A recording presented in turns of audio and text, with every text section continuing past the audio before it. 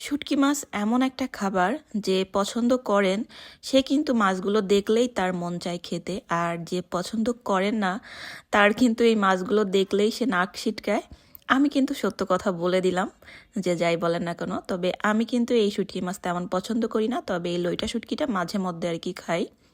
তা আমি আজকে লইটা শুটকিগুলো রান্না করব আলু আর বেগুন দিয়ে। তো এভাবে কিন্তু বেশ ভালোই লাগে। তো ফার্স্টেই আমি মাছটা আর কি ভালো করে পরিষ্কার করে নিব, যেহেতু এই মাছগুলো কিন্তু সরাসরি ধরে এনে রোদে আর কি শুকানো হয়। এই মাছগুলো কিন্তু আর কোনো কিছুই করা হয় না। অবশ্যই এই মাছগুলো ভালো করে ওয়াশ করে নেওয়া দরকার।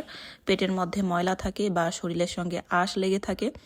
তো আমি হালকাভাবে আর কি মাছগুলো টেলে নিয়ে তারপরে গরম পানি দিয়ে ভালো করে ওয়াশ করে নিয়েছি। তো রান্না করব, তো এর মাঝে দেখি আবার আমার জিরা শেষ হয়ে গেছে, জিরার গুঁড়া। পরে আবার জিরা টেলে আমি সেগুলো আবার গুঁড়া করে নিলাম। তো রান্না করার জন্য আমি ফার্স্টেই দিয়ে দিলাম এখানে সরিষার তেল। আর সরিষার তেল দিয়ে আমি শুটকি মাছ রান্না করতে বেশি পছন্দ করি। বেশি করে পেঁয়াজ দিয়ে দিলাম, আর তার সঙ্গে ফ্লেভারের জন্য 2টা শুকনো মরিচ আর একটা তেজপাতা ছিঁড়ে দিয়েছি। আরও দিয়ে দিলাম বেশি করে রসুন বাটা, তার সঙ্গে জিরা বাটা। আমি এখানে আদা বাটাটা ব্যবহার করি নাই, তবে আমার মনে হয় এই শুটকি মাছের মধ্যে আদা বাটা না ব্যবহার করলে বেশি ভালো হয়।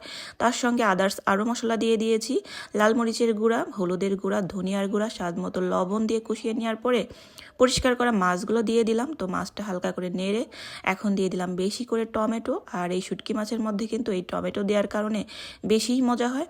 তো কষিয়ে নেওয়ার পরে আগে থেকে কেটে রাখা যে আলু আর বেগুনটা কিন্তু দিয়ে দিলাম।